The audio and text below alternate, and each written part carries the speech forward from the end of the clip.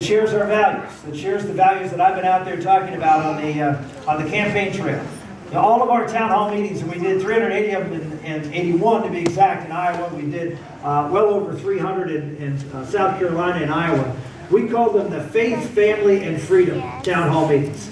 We've been very, very upfront about the role that values play in this country. I don't know if you saw the debate the other day from Jacksonville. And by the way, the weather here is about as warm as it was in Jacksonville. I got off the plane there and said, are we in Minnesota? This can't be Minnesota in January. I didn't even need a coat. I mean, this was pretty amazing. By the way, let me stop right there. Because you may be seeing that I'm wearing a sweater vest.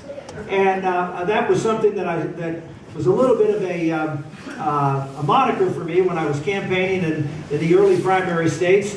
And it became so popular, it sort of got a little bit of a life of its own. And as you also know, and you'll be hearing in my speech, we are very focused on making sure that we get American manufacturing going again in the United States. So we have made in the USA stamped on everything that we possibly can. Well, as the sweater vest became more popular, we decided, well, let's see if we can, find some more sweater. Well, all the sweater vests, we would go into the stores, and they were all made in other places. And so we decided that we were going to have our own line of sweater vests, as you're seeing right here, our own line of sweater vests. So we went out and started looking for a manufacturer or someone who could make these sweater vests, and we found one in Bemidji, Minnesota. That's where this sweater vest is.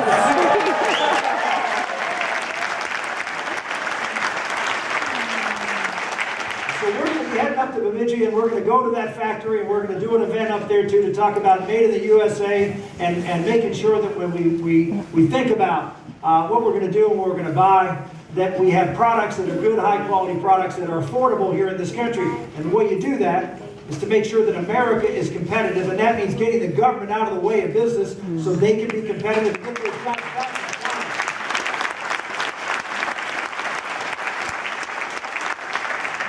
Ahead of myself, I was talking about faith, family, and freedom, and that's really been the watchword of our campaign. And a lot of the folks have said, Rick, we really like your social values positions, but how does that impact what's going on in the economy? Because that's the number one issue.